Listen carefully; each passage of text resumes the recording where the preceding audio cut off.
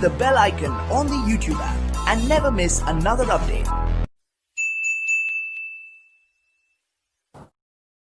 नमस्कार विद्यार्थी मित्रांनो, यश अकॅडमी कराड या चॅनल मध्ये आपलं मनपूर्वक स्वागत.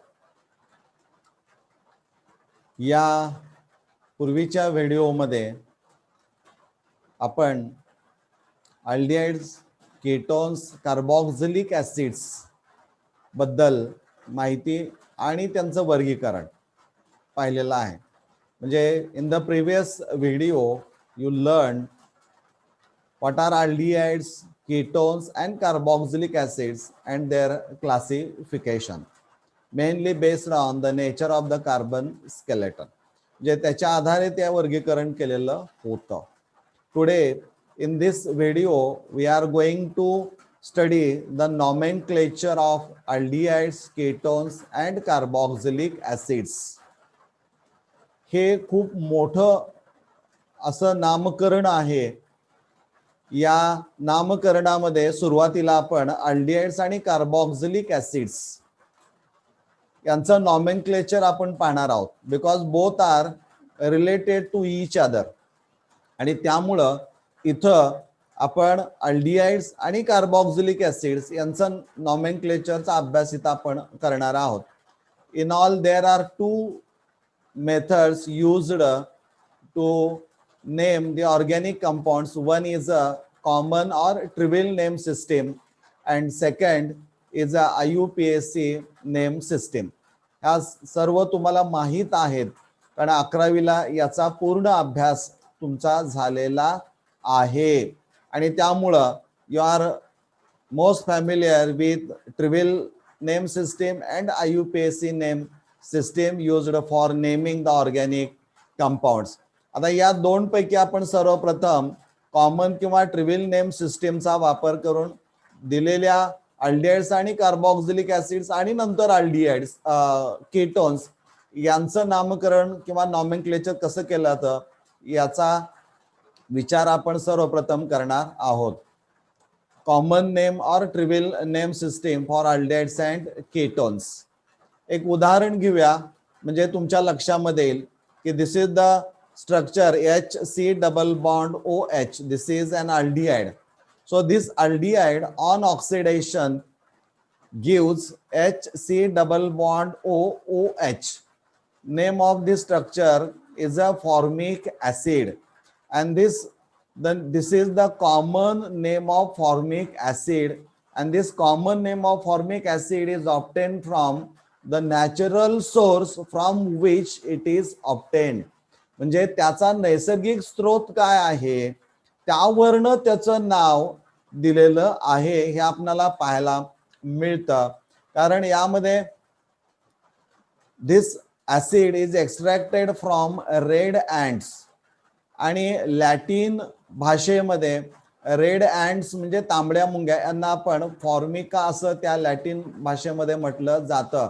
आपल्याला अनुभव असेल मराठीमध्ये असं म्हटलं जातं की ज्यावेळी तांबड्या मुंग्या चावल्या जातात त्यावेळेस एक प्रकारच्या झिंझिण्या येतात पहा, त्या येणं याचा अर्थच त्यांनी ते इंजेक्ट केलेलं असतं फॉर्मिक ऍसिड आणि तो त्यांचा फॉर्मिक ऍसिडचा तो नैसर्गिक स्रोत मानला जातो आणि लॅटिन भाषेमध्ये त्याला फॉर्मिका म्हटलं जातं म्हणजे रेड अँट्स आणि and hence the name formic acid. मग इथं एक गोष्ट लक्षात ठेवायची आहे, दोन्हीचा आपण एकत्र अभ्यास का करतोय तर ज्यावेळी तुम्हाला अल्डिहाइडचं नॉमेनक्लेचर करायचं असेल मग ते कॉमन नेम सिस्टीम असू दे किंवा आययुपीएसी नेम सिस्टीम असू दे, you have to consider the common and IUPAC names of carboxylic acids. आणि त्याशिवाय तुम्हाला अल्डिहाइडचं नॉमेनक्लेचर करता येत नाही ही गोष्ट तुम्ही लक्षात ठेवायची आहे. आणि म्हणून इथं रूल्स रेग्युलेशनचा मॅक्झिमम अभ्यास तुमचा 11th झालेला आहेच. त्याच्या व्यतिरिक्त ज्या गोष्टी इथं आपण शिकणार आहोत त्या डायरेक्ट रूलच्या ऐवजी उदाहरण घेऊन जर तुम्हाला सांगितलं तर ते निश्चित समजू शकेल. इथं विद्यार्थी मित्रांनो तुमच्या लक्षात आलं असेल की formic acid is the common name of this structure. हे कशावरनं पडलं तर त्याचा नैसर्गिक स्रोत काय तर रेड अँट्स आहे आणि लॅटिन भाषेमध्ये रेड अँड्सला फॉर्मिक असं म्हटलं जातं, म्हणून त्याचं नाव इथं दिलेलं आहे किंवा ते पडलेलं आहे. आता आपल्याला या स्ट्रक्चरचं नाव आपल्याला द्यायचं आहे की जे अल्डिहाइड आहे which on oxidation give formic acid. हे नाव कॉमन सिस्टीम प्रमाणे देताना काय करायचंय बघा, हे फॉर्मिक ऍसिड आहे.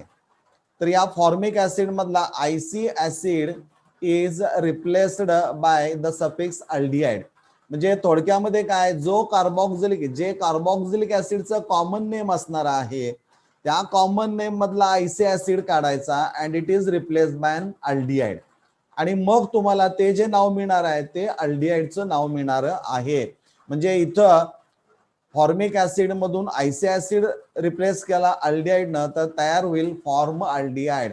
म्हणजे या स्ट्रक्चरचं नाव असणार आहे फॉर्माल्डिहाइड. म्हणजे in short we can say that formaldehyde on oxidation give formic acid.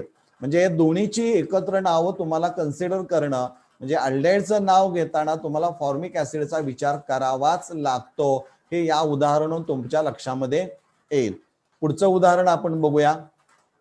CH3C double bond OH या अल्डिहाइडचं जर आपण ऑक्सिडेशन केलं तर this aldehyde on oxidation gives CH3C double bond OOH. Name of this structure or acid is acetic acid. याचं acetic acid हे नाव आहे.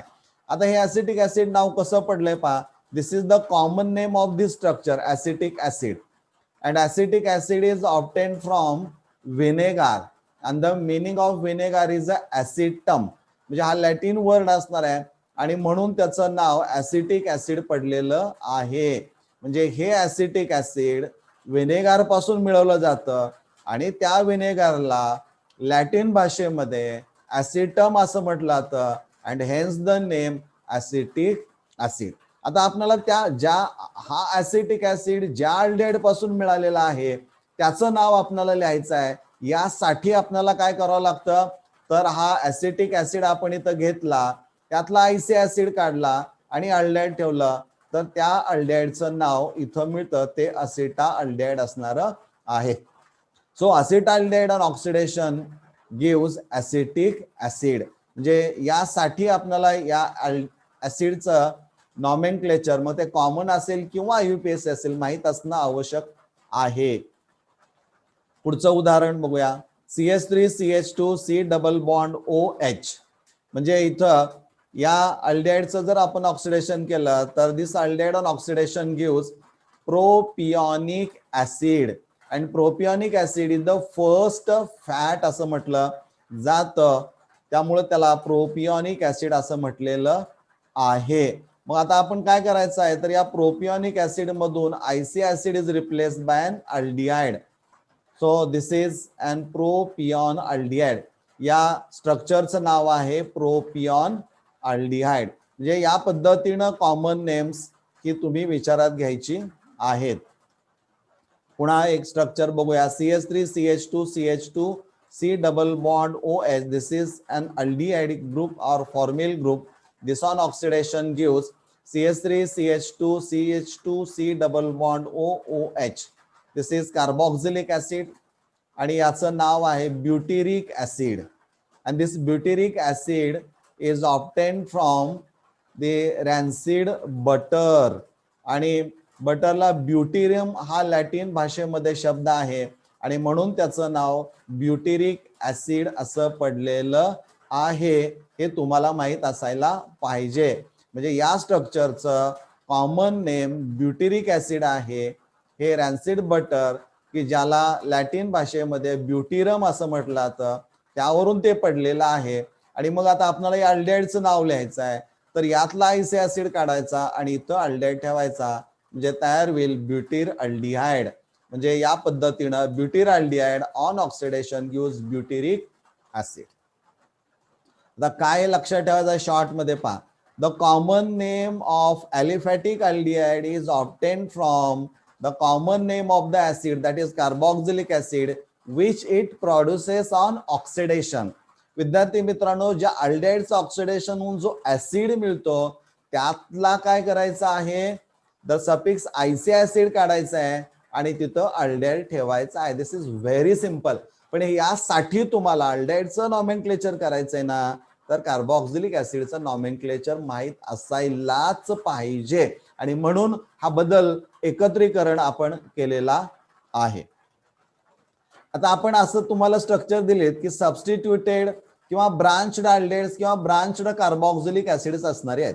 मग अशांची नॉमेनक्लेचर आपण कॉमन सिस्टीम प्रमाणे कशी करायची ते आपण इथं विचारात घेऊया. इथं समजा ही अल्डिहाइड दिलंय तुम्हाला, CHO ग्रुप आहे आणि इकडं आपण कार्बन चेन अशी दाखवली आणि इथे एक ब्रांच आहे पहा. म्हणजे इथं हे अल्डिहाइडच्या बाबतीमध्ये आहे, तसं ऍसिडच्या बाबतीमध्ये आपण सायमल्टेनियसली विचार करूया. इथं आपण हे ब्रांच किंवा तो सबस्टिट्युएंट असणारा आहे, बरोबर आहे. त्याला ब्रांच म्हणू किंवा आपण सबस्टिट्युएंट म्हणूया, म्हणजे काही असू शकेल, एखादा फंक्शनल ग्रुप सुद्धा तिथं असू शकेल, म्हणून सबस्टिट्युएंट म्हणून आपण विचार करायचा आहे. आता आपल्याला सबस्टिट्युएटेड अल्डिहाइड्स किंवा सबस्टिट्युएटेड कार्बोक्सिलिक ऍसिड्स जी असणारे आहेत त्यांचं कॉमन नेम सिस्टीम प्रमाणे नाव कसं द्यायचं ते आपण इथं अभ्यासायचं आहे. आता हा कार्बन पहा, this carbon is directly bonded to functional group that is the formyl group. So the carbon attached to formaldehyde or carbonyl carbon of aldehyde is designated as alpha. Greek letters इथं वापरायचे आहेत, म्हणजे जो carbon atom थेट carbonyl group of अल्डिहाइडला जोडलेला असेल, म्हणजेच formal ग्रुपला जोडला असेल, त्याला अल्फा कार्बन असं म्हटलं जातं. आणि जो त्याच्या पुढचा असणार आहे next to alpha is called beta. त्याच्या पुढचा जो असेल तो गॅमा, डेल्टा या पद्धतीनं ग्रीक लेटर्सचा वापर केला जातो. तसंच इकडं पण ऍसिडच्या बाबतीमध्ये असणार आहे, जो कार्बन ॲटम थेट कार्बोक्सिलिक ऍसिड ग्रुपला जोडलेला असणार आहे, it is designated as alpha. Next to alpha is a beta, next to beta is a gamma. म्हणजे ग्रीक लेटर्सनं ही नोटेशन आहेत. पहिल्यांदा लक्षात घ्या की कॉमन नेम सिस्टीम मध्ये सबस्टिट्युएटेड अल्डेट्स आणि कार्बोक्सिलिक ऍसिड्स यांचं नॉमेनक्लेचर करायचं असेल तर फंक्शनल ग्रुप जो ऍसिड आहे त्यातला कार्बन आणि फॉर्मिल हा फंक्शनल ग्रुप आहे त्या अल्डेहाइड मधला कार्बन याला डेसिग्नेशन नाही, त्याला जोडलेला जो असणार आहे त्याला, हे लक्षात ठेवणं खूप गरजेचं आहे. आणि याचं उदाहरण आपण आता इथं बघूया. CH3 हा सबस्टिट्युएंट किंवा ब्रांच आहे, CH2 आणि हा अल्डेहाइड ग्रुप असणारा आहे. याला अल्फा, हा बीटा आणि हा गॅमा. त्यामुळं position of substituent is indicated by the Greek letters alpha, beta, gamma, delta and so on. So in this structure the substituent methyl is attached to beta carbon atom. So you have to indicate the position of this substituent beta. आणि मग तो कोणता substituent आहे तर methyl, आणि राहिलेल्या अल्डिहाइडचं नाव आहे ब्युटीर aldehyde. तसंच इकडे ऍसिडच्या बाबतीमध्ये पहा, CH3CH, CH3 CH2 C double bond OH. This is carboxyl acid group as a functional group किंवा कार्बोक्सिल ग्रुप आहे.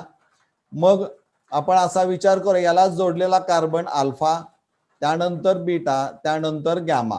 So in this case also there is a branch at beta carbon atom. So you have to indicate the position of branch by indicating or writing the Greek letters. मग इथं beta carbon ऍटमला substituent methyl आहे म्हणून याचं नाव beta methyl butyric acid असणार आहे. हा बीटा मिथाइल आणि राहिलेलाच butyric acid. Next example, CH3CHOH CH2CHO. इथं अल्फा, हा बीटा, हा gamma. So there is a hydroxyl group at beta, त्यामुळे लिहा बीटा हायड्रॉक्सी ब्युटीर अल्डिहाइड. इथं CH3COH CH2COOH हा अल्फा कार्बन, हा बीटा कार्बन, तर हा गॅमा कार्बन असेल. So there is a hydroxyl group at beta carbon atom. So you have to write the beta hydroxy butyric acid. म्हणजे substituted aldehydes आणि carboxylic acids यांचं common name लिहायचं असेल तर तुम्हाला जे ब्रांच असणारे आहेत त्या इंडिकेट करताना Greek letters alpha, beta, gamma, delta यांचा वापर तुम्हाला करावा लागणारा आहे. आता हे अरोमॅटिक अल्डिहाइडच्या बाबतीमध्ये आणि कार्बॉक्सिलिक ऍसिडच्या बाबतीमध्ये काय आहे हे आपण इथं विचारात घेऊया. हा अल्डिहाइड दिलेला आहे, तर हा aldehyde, this aldehyde on oxidation gives this structure, इथं ऍसिड मध्ये रूपांतर झालेलं आहे. म्हणजे this aldehyde on oxidation gives acid, आणि या ऍसिडचं नाव आहे बेन्झॉइक ऍसिड. आता या बेन्झॉइक ऍसिड मधला OIC acid, OIC acid is replaced by an aldehyde. त्यामुळं name of this structure or aldehyde is a benzaldehyde. So benzaldehyde on oxidation gives benzoic acid. आता हे जे असणार आहेत बेन्झाल्डिहाइड आणि बेन्झॉइक ऍसिड, कॉमन नेम आणि IUPAC सिस्टीमनं ती ऍक्सेप्ट केलेली नेम आहेत, म्हणजे दोन्हीकडे ती आपण वापरू शकतो, हे तुम्ही लक्षात ठेवायचं आहे. मग आता सबस्टिट्युएटेडच्या बाबतीमध्ये काय आहे ते आपण बघूया. सबस्टिट्युएटेड अरोमॅटिक अल्डिहाइड्स आणि कार्बॉक्सिलिक ऍसिड्स, तर नॉमेनक्लेचर मध्ये आपण काय विचार केला पाहिजे.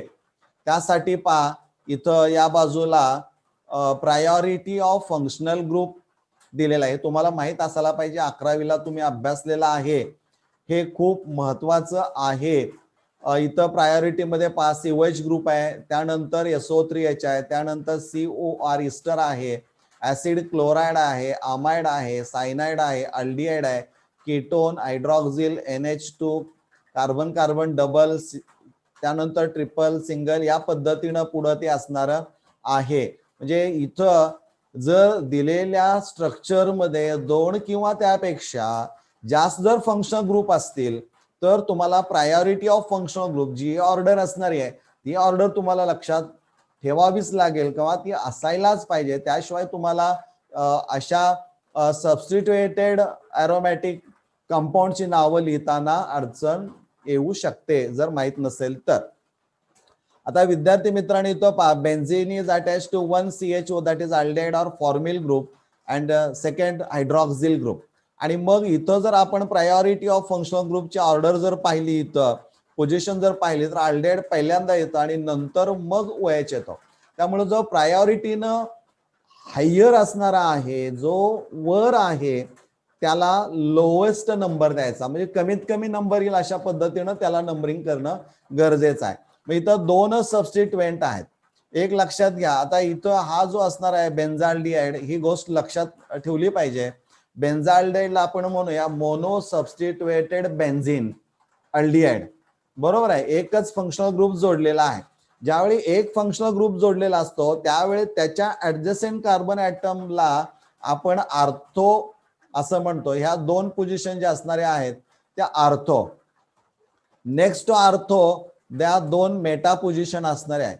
आणि एक्झॅक्टली फंक्शनल ग्रुपच्या अपोजिट किंवा ग्रुप जो असणार आहे त्याच्या अपोजिट जी पोझिशन असेल त्याला आपण म्हणतो पॅरा. म्हणजे ज्यावेळी मोनो सबस्टिट्युएटेड बेन्झीन असेल, at that time there are 2 ortho positions, 2 meta positions and 1 para position. हे लक्षातच ठेवायचं आहे. त्यामुळे कॉमन नेम सिस्टीमच्या वेळेस तुम्हाला आर्थो, मेटा, पॅरा हे वापरणं आवश्यक असणार आहे, कारण ते कॉमन नेम सिस्टीम मध्ये वापरलं जातं, IUPAC मध्ये नाही. त्यामुळे हे ऍडजसेंट कार्बन ऍटमला आहेत पहा. म्हणजे ही जी पोझिशन असणार आहे इथं पहिल्यांदा गृहीत धरूया आपण, अल्डिहाइड फॉर्मिल हायर प्रायोरिटी आहे, त्यामुळे या कार्बनला पहिला आणि याला दुसरा नंबर असेल. परंतु हा ऍडजसेंट कार्बन ऍटम हा आर्थो पोझिशनला आहे, हायड्रॉक्सी ग्रुप, आणि त्यामुळे याचं नाव आहे ortho hydroxy benzaldehyde. So this is the derivative of benzaldehyde. या बेन्झाल्डिहाइडचा तो डेरिव्हेटिव्ह असणारा आहे. याला सॅलिसिलिक अल्डिहाइड असं म्हटलं जातं. हे झालेलं आहे. दुसरं स्ट्रक्चर पहा, benzene is attached to 1 COH group and 1 OH group. मग आता COH group priority of functional group order जर आपण पाहिली तर प्रथम स्थान त्याचा आहे, त्यामुळे याला पहिला नंबर येईल, दुसरा नंबर OH. परंतु कॉमन नेम मध्ये ऍडजसेंट कार्बन ऍटमला जोडला असल्यामुळं ती आर्थो पोझिशन आहे आणि त्यामुळे त्याचं नाव आहे आर्थो हायड्रॉक्सी बेन्झॉइक ऍसिड. याचं नाव तुम्हाला, आणखीन एक नाव तुम्हाला माहित आहे ते म्हणजे सॅलिसिलिक ऍसिड. ऍस्पिरिन टॅबलेट तयार करण्यासाठी याचा वापर केला जातो. याचा अभ्यास तुमचा झालेला आहे. हे this is an example of substituted benzoic acid. पुढं ही गोष्ट थोडीफार पाठीमागच्या व्हिडिओमध्ये झालेली आहे. ही दोन स्ट्रक्चर सायमल्टेनियसली आपण अभ्यासतोय. इथं तुमच्या लक्षामध्ये येईल की in this case formyl group or aldehydic carbonyl group is not directly attached to aromatic ring that is benzene ring. इथं तसंच आहे, carboxyl group is not directly attach to aromatic ring. मग प्रश्न असा आहे की whether this two structures comes under aromatic aldehydes or carboxylic acids येतात की नाही, हा प्रश्न आहे. पण हे जे आहे ते तुमच्या लक्षामध्ये आलं पाहिजे की इथं एरोमॅटिक रिंग आहे, अल्डिहाइड आहे, परंतु aldehydic group or formyl group is directly attach to sp3 carbon atom. त्यामुळे sp3 कार्बन ऍटम जर आपण म्हणत असो तर त्यावरचा एक hydrogen replace by phenyl group किंवा आराइल, आणि म्हणून त्याला एकीकडं ही अलिफॅटिक कंपाऊंड आहे तर दुसरीकडं सबस्टिट्यूएंट हा आराइल असणार आहे. म्हणून त्याला आराइल सबस्टिट्युएटेड किंवा आराइल डेरिव्हेटिव्ह ऑफ अलिफॅटिक अल्डिहाइड्स असं म्हटलं जातं. दे आर एरोमॅटिक अल्डिहाइड्स किंवा साइड चेन एरोमॅटिक अल्डिहाइड्स असेही त्यांना म्हटलं जातं. म्हणजे इथं CH3CHO असेल तर असिटाल्डिहाइड असेल and hydrogen 1 is substituted by aryl that is benzene.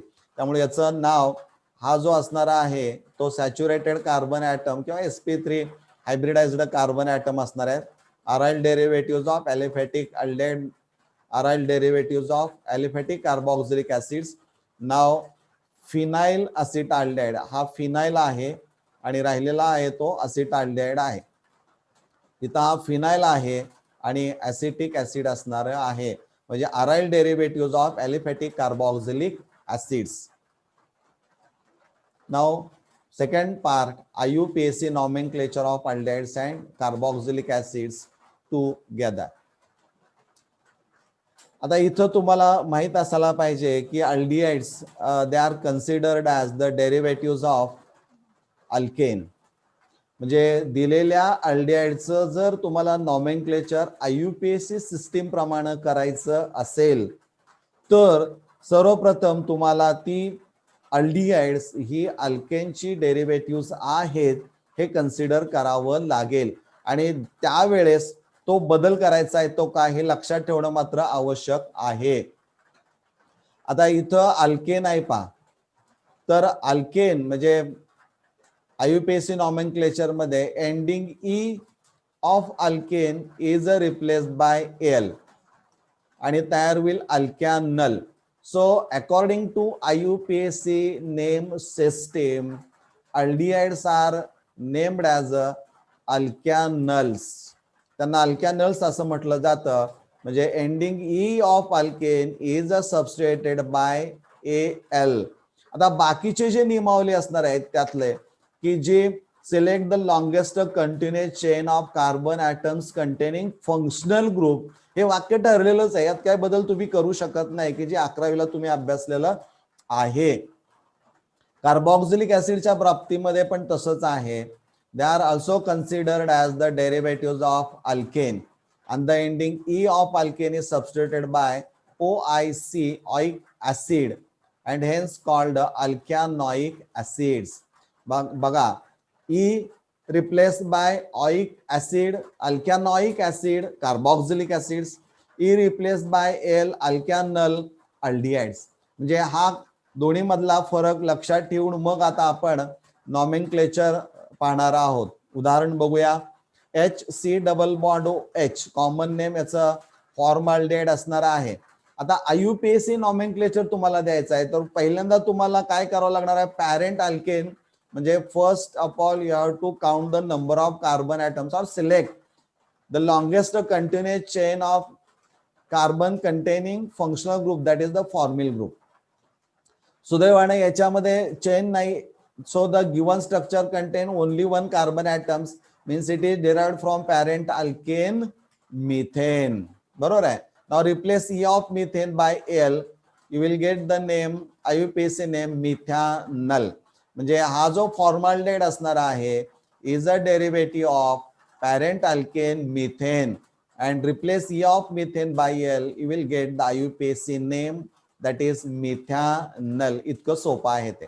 आता इकडं आपण बघूया HC double bond OOH. This given structure also contain only one carbon atom, means it is a derivative of parent alkane methane. Methaneचा तो derivative असणार आहे.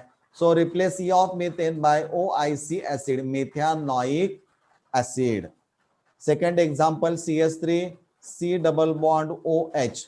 So the given structure contains two carbon atoms, means parent alkane is a ethane. Now replace E of methane by Al. तुम्हाला नाव मिळेल इथॅनल.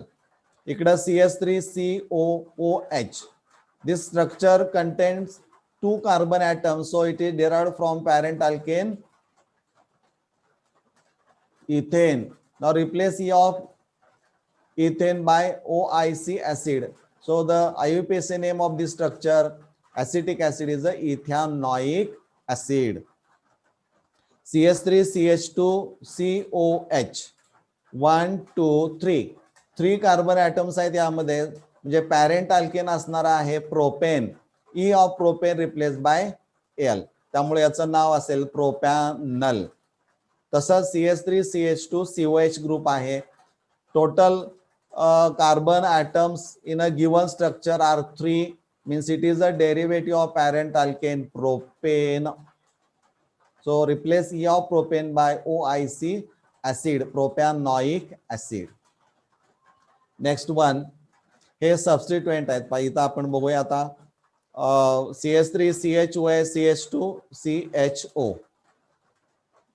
आता ज्यावेळी असं असेल, म्हणजे first rule is select the longest continuous chain of carbon atoms containing functional group. इथं formula आणि तुम्हाला कार्बॉक्सिल हे सिलेक्ट करावे लागतील. दुसरं, then count the number of carbon atoms in the selected chain or parent chain. आता इथं तुमच्या लक्षामध्ये आला पाहिजे की सिलेक्ट ज्यावेळी आपण लॉंग चेन सिलेक्ट करतो, फंक्शनल ग्रुप असणारे, या दोन्ही फंक्शनल ग्रुपचं वैशिष्ट्य असं आहे की त्यामध्ये कार्बन आहे. त्यामुळे IUPAC नॉमेनक्लेचर सिस्टीम मध्ये तुम्हाला तो कार्बोनिल कार्बन हा कन्सिडर करावाच लागतो, कारण त्याला नेहमी द लोएस्ट नंबर दिला जातो. म्हणजे functional group is always indicated by the lowest possible number. सुदैवाने त्यांच्यामध्येच कार्बन आहे, त्यामुळे it is always indicated by 1 हे गृहीत धरायचं. एक हा नंबर त्याचा असणारा आहे. त्यानंतर याला 2 3 आणि 4.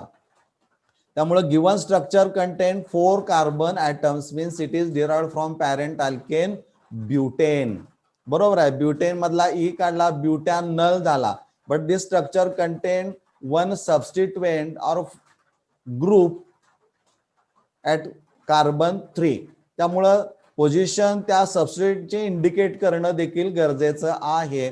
3 कार्बन ॲटमला OH आहे, त्यामुळं त्याचं नाव असेल 3 हायड्रॉक्सी ब्युटॅनल. 3 हायड्रॉक्सी ब्युटॅनल. इथं आपण बघूया, या कार्बनला नंबर 1, याला 2, याला 3, याला 4. So in all there are 4 carbon atoms. म्हणजे ही चेन आपण सिलेक्ट केली की ज्यामध्ये फंक्शनल ग्रुप पण आहे. त्यामुळे हा ब्युटेनचा डेरिव्हेटिव्ह आहे. ब्युटेन मधून ई काढा आणि replace by OIC acid, butanoic acid होईल. परंतु या स्ट्रक्चर मध्ये at carbon 3 there is a substituent that is the hydroxyl group. So you have to indicate the number of carbon atom of hydroxyl group. म्हणजे इथं 3 hydroxy butanoic acid. This is the IUPAC name of this structure. म्हणजे या पद्धतीनं nomenclature तुम्हाला करावं लागणार आहे. आता ही अरोमॅटिक अल्डिहाइड्स आहेत पहा. तुम्हाला हे बेन्झाल्डिहाइड आहे, तर हे बेन्झोइक ऍसिड आहे झालेलं आहे. हे त्यांचे सबस्टिट्युएंट्स आहेत की ज्यांची नावं यापूर्वी आपली झालेली आहेत. 2 हायड्रॉक्सी, फक्त तिथं आपण कॉमन नेम मध्ये पाहिलेलं आहे. आर्थो पोझिशनला OH आहे म्हणून आर्थो हायड्रॉक्सी बेन्झाल्डिहाइड पाहिलं. But in this case IUPAC nomenclature मध्ये आपण आर्थो मेटा पॅरा म्हणत नाही.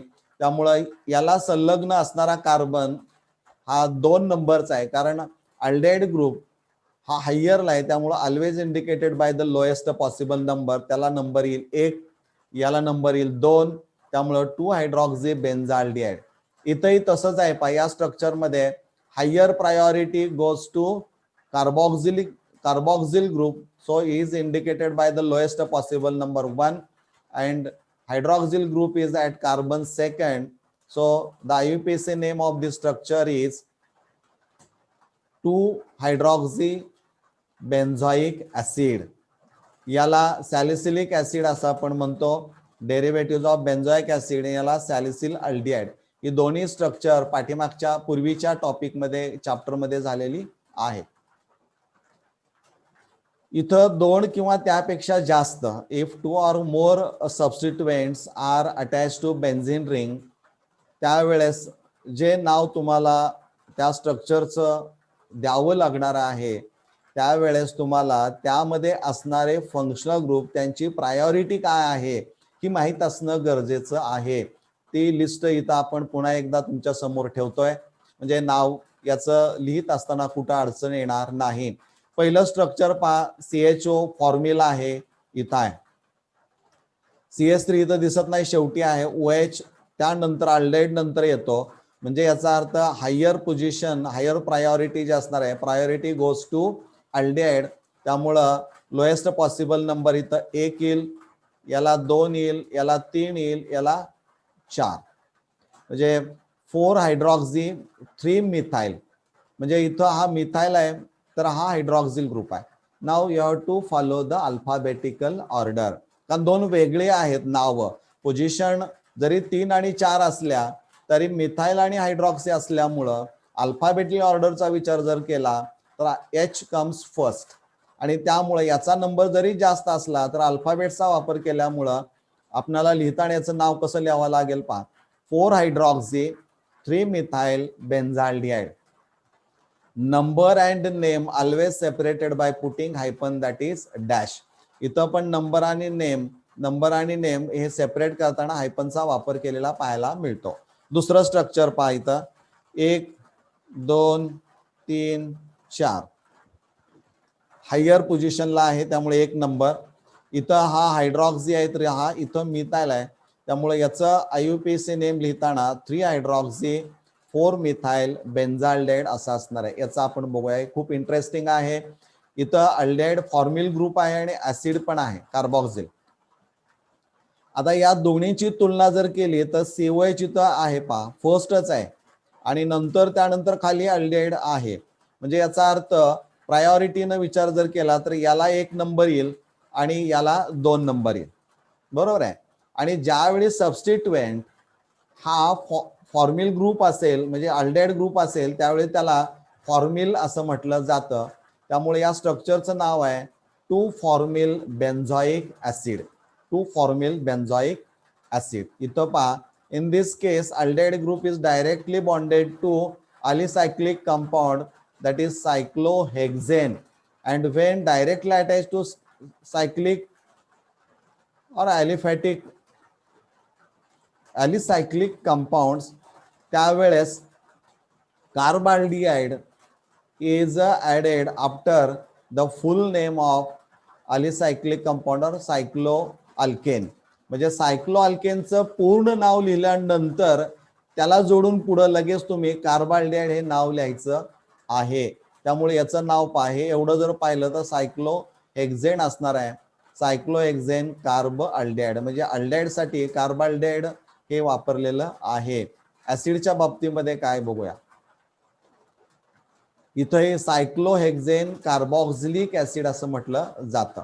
म्हणजे इथं 5 जर असतं तर सायक्लोपेंटेन कार्बाल्डिहाइड, इथं जर 5 कार्बन ऍटम असते तर सायक्लोपेंटेन कार्बॉक्सिलिक ऍसिड असं त्यांचं नाव झालं असतं. म्हणजे हा बदल लक्षात ठेवणं गरजेचं आहे. इथं आता ही स्ट्रक्चर्स पहा. In this structure 2 functional groups are at terminal or end carbon. म्हणजे दोन्हीही चेनच्या दोन्ही टोकाला फंक्शनल ग्रुप आपल्याला पाहायला मिळतात, अल्डिहाइड आणि इथं पण अल्डिहाइड असणार आहे. म्हणजे ज्यावेळी दोन फंक्शनल ग्रुप असे टर्मिनलला आपल्याला पाहायला मिळतात त्यावेळेस एक गोष्ट लक्षात ठेवायची आहे, अशा वेळी त्यांचा आययुपीएसी नेम लिहित असताना ending E of alkane is a retained, तो तसाच राहील, त्याच्यामध्ये बदल केला जाणार नाही. आणि मग त्याच्यानंतर म्हणजे पूर्ण अल्केनचं नाव लिहिल्यानंतर त्या कार्बनच्या पोझिशन म्हणजे जिथं फंक्शन ग्रुप त्यांच्या लिहायच्या आणि त्यानंतर you have to add the suffix di L, diol असं त्यांना म्हटलं जातं. आता इथं बघूया, हा एक अल्डिहाइड ग्रुप आहे, हा एक अल्डिहाइड किंवा फॉर्मिल ग्रुप आहे. 1 2 3 बरोबर, 1 2 3 1 2 3. त्यामुळं 3 कार्बन ऍटम्स आहेत म्हणजे प्रोपेन, प्रोपेन आहे तसाच राहिला, यातला ई काढला नाही लक्षात घ्या. आणि एका कार्बन ऍटमला अल्डिहाइड आहे किंवा फॉर्मिल, त्यामुळं प्रोपेन -1,3 डाय अल, 2 अल्डिहाइड ग्रुप आहेत आणि ते 1 आणि 3 कार्बन ऍटमला जोडलेले आहेत आणि एकूण कार्बनची संख्या 3 असणारी आहे. या नावावरून स्ट्रक्चर तुम्हाला एक्सप्लेन करता यायला पाहिजे. इथं सुद्धा हा एक कार्बॉक्सिल ग्रुप आहे तर हा दुसरा कार्बॉक्सिल ग्रुप असणार आहे. त्यावेळेस अल्केन मधला ई काढला जात नाही, तो तसाच ठेवला जातो. बघा याचं नाव काय असणार आहे, 1 2 3 प्रोपेन 1,3 डायऑइक ऍसिड, म्हणजे इथं डायल म्हटलं जातं अल्डिहाइड, तर डायऑइक ऍसिड असं म्हटलं जातं. म्हणजे या पद्धतीनं नॉमेनक्लेचर अपेक्षित असणार आहे. When two CHO groups are present at the end of the chain, then E of parent alkane is retained and the suffix dial is added after the full name of an aldehyde. तसंच इथं तुम्हाला ऍसिडच्या बाबतीमध्ये असणार आहे. Now the last nomenclature of ketones.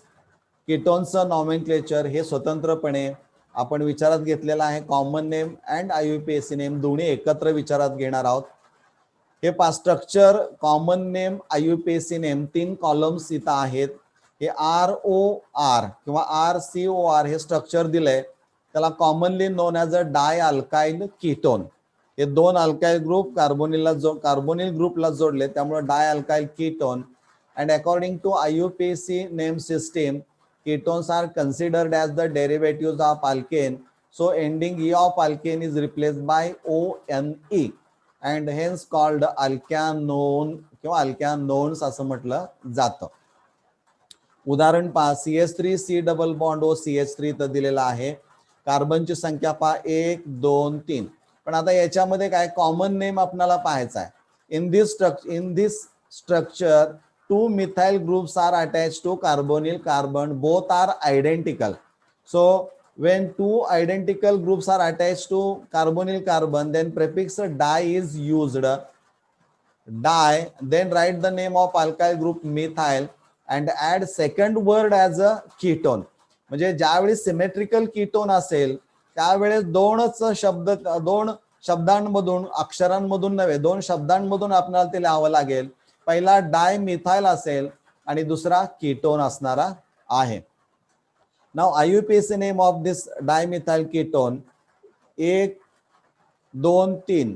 त्यामुळं propane आहे, त्यातला E काढायचा आणि ओनी ठेवायचा, प्रोपॅनोन असं म्हटलं जातं. दुसरं स्ट्रक्चर आपण बघूया.